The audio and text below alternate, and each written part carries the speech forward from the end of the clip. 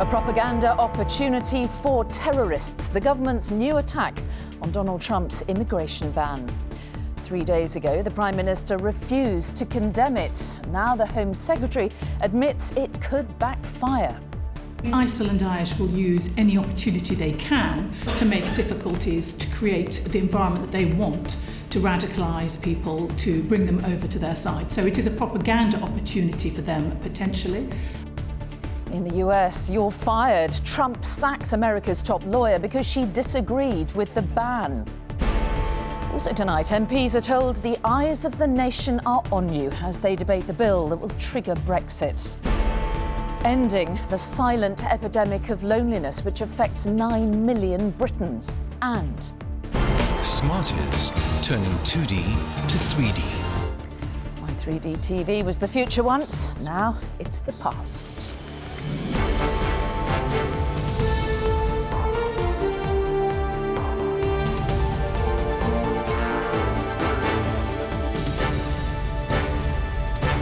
This is the ITV Evening News with Mary Nightingale.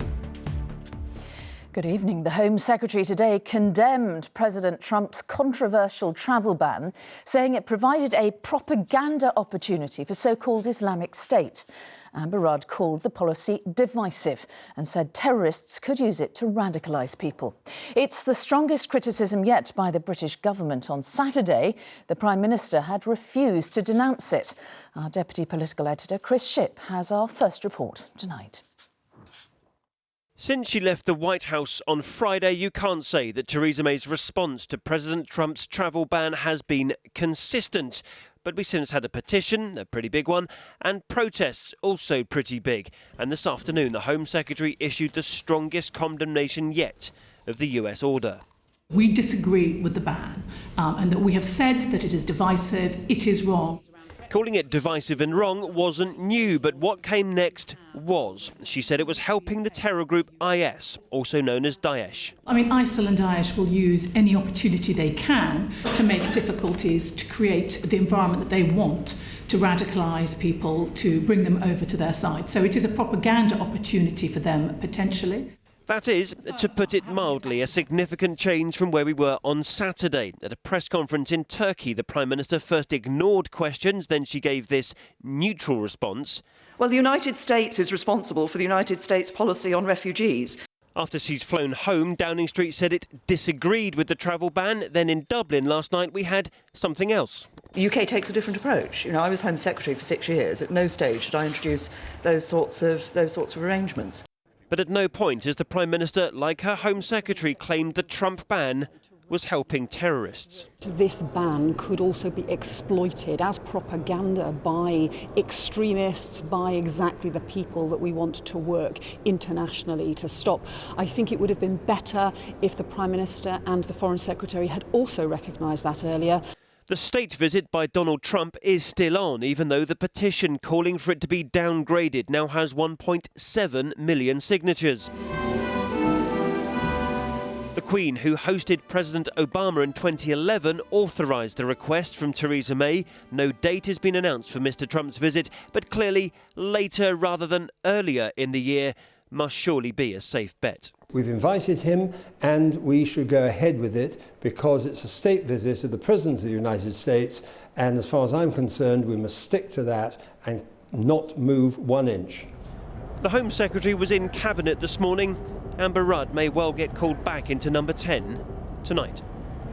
And as you can well imagine, I'm having trouble getting an answer from Downing Street tonight to what is perhaps now a crucial question. Does the Prime Minister agree with her Home Secretary that Donald Trump's travel ban is effectively helping terrorist groups who call themselves Islamic State? Downing Street does not want to be drawn on it. My calls are going unanswered, and from that you can probably draw your own conclusions. Chris Shipp in Westminster, thank you. Well, Mr. Trump's administration today defended the travel ban, saying they won't gamble with American lives. But the president has added more fuel to the flames by dismissing the country's top lawyer after she advised staff to defy the measures, as our Washington correspondent Robert Moore reports. Good morning. You're fired. President Trump gives the acting attorney general the boot. It's being called the Monday Night Massacre. The White House moving dramatically to crush a mutiny in the Department of Justice. The nation's top law enforcement officer, Sally Yates, a Democrat, had dared to defy the president, saying she couldn't defend his travel ban. When Donald Trump made an appearance this morning, there was no mention of the growing sense of political crisis sparked by his executive order on immigration.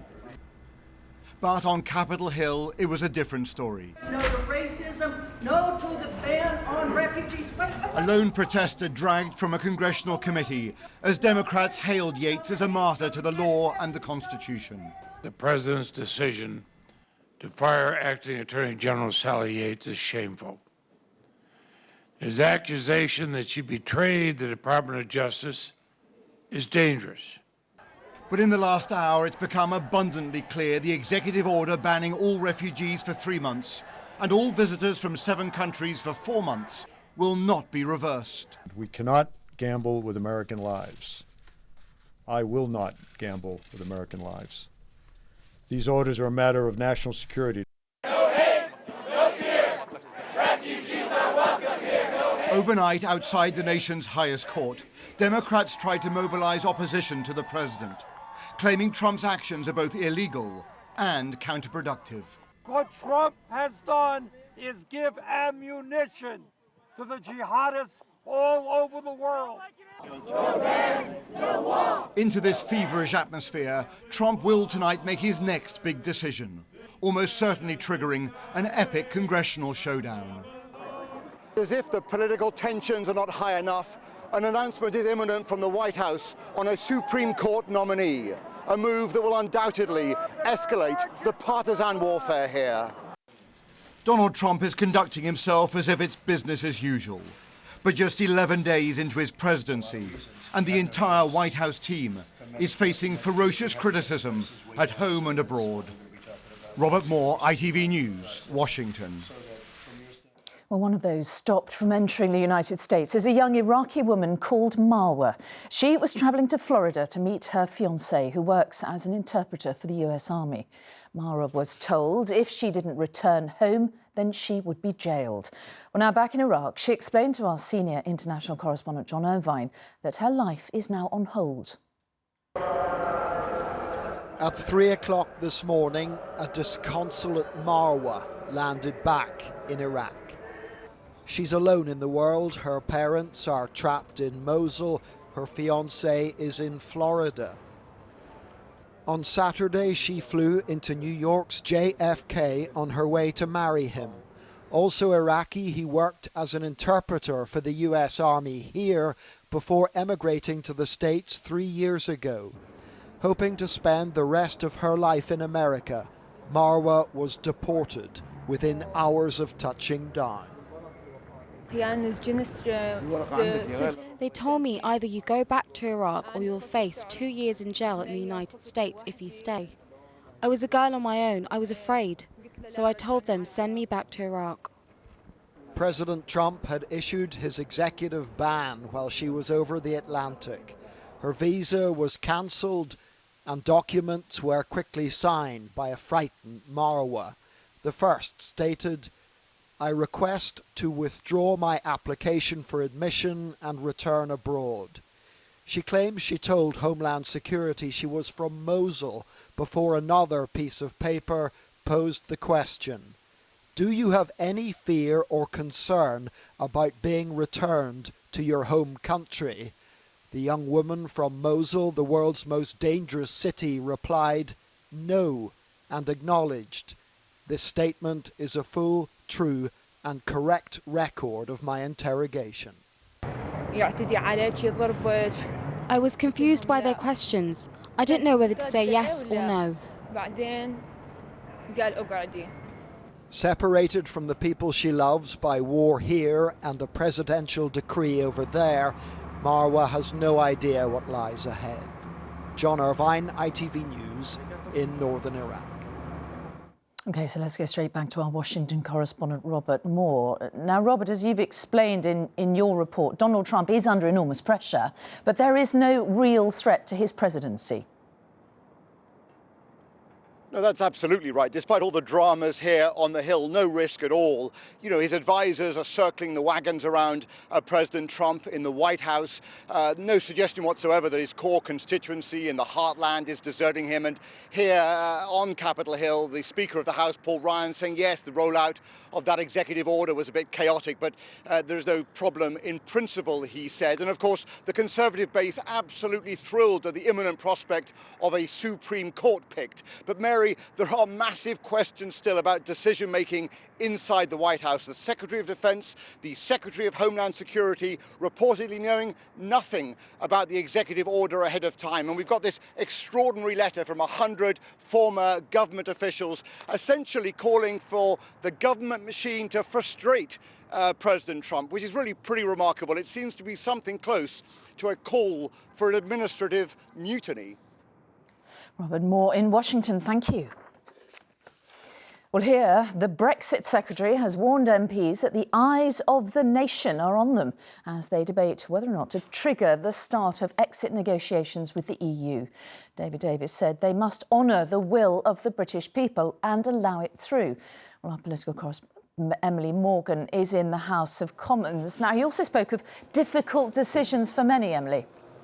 Yes, he did, and this is the most significant Brexit debate so far. It's the first time that MPs have had the opportunity to discuss in detail legislation that will essentially kickstart the process of leaving the European Union. 2 days have been set aside for this debate. They will go on into the night tonight. They'll continue tomorrow, and crucially, tomorrow there will be a vote on the bill. Now, as you say, the Brexit Secretary, David Davis, challenged MPs to defy the will of the people. One Conservative MP, who certainly will vote against it, summed up the views of many MPs who want to defy it.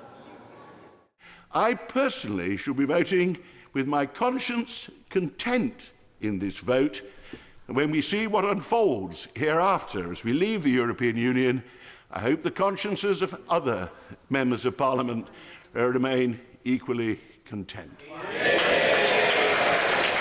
Ken Clarke then, unsurprisingly, will vote against it. But despite that, the government is not panicking over this. In all likelihood, the bill will go through. It's Jeremy Corbyn who's most likely to be damaged by this. I understand around 35 of his MPs are still set to defy his three-line whip and either abstain or vote against it. Many say they're simply delivering what their constituents want, but in reality, it's unlikely to make any difference.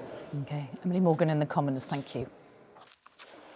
Now, it is believed £29 million worth of goods was stolen during the Hatton Garden heist. That's more than double the last estimate of £14 million. The details were revealed at a court hearing to recover some of the cash from the gang responsible.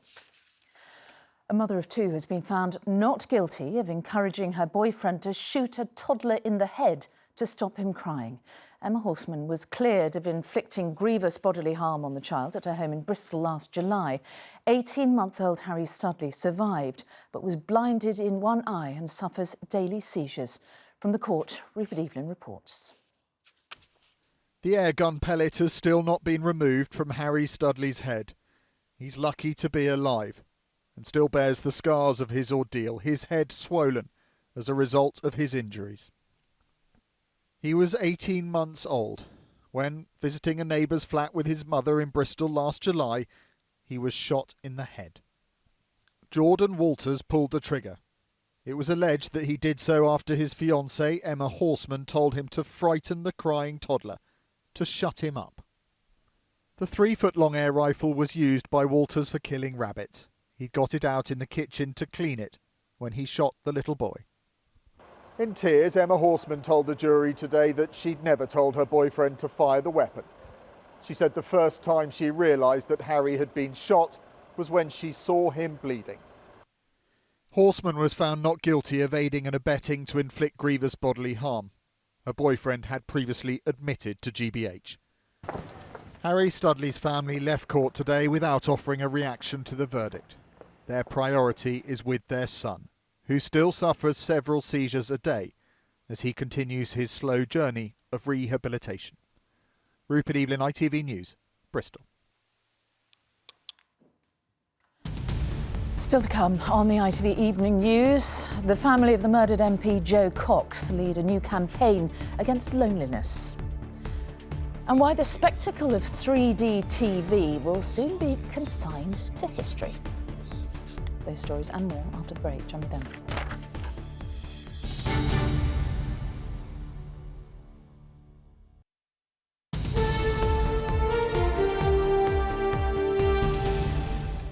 Hello and welcome back. Now, a new campaign has been launched to tackle the misery and agony of loneliness. It's been set up in memory of the murdered MP, Jo Cox.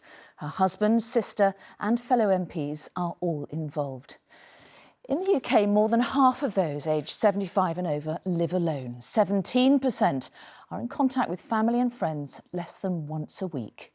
40% say television is their main company. Here's our national editor, Allegra Stratton, on what's being called the silent epidemic. Jack was in the army and survived 3.5 years as a prisoner of war on the Burma Railroad. He's dealt with a lot, but since his wife died, he's struggling with loneliness. We'd shared everything together for so many years, 64 years. And that sort of companionship, when it breaks up, leaves a great void. And I felt it. Very much so. I lost sort of interest in everything.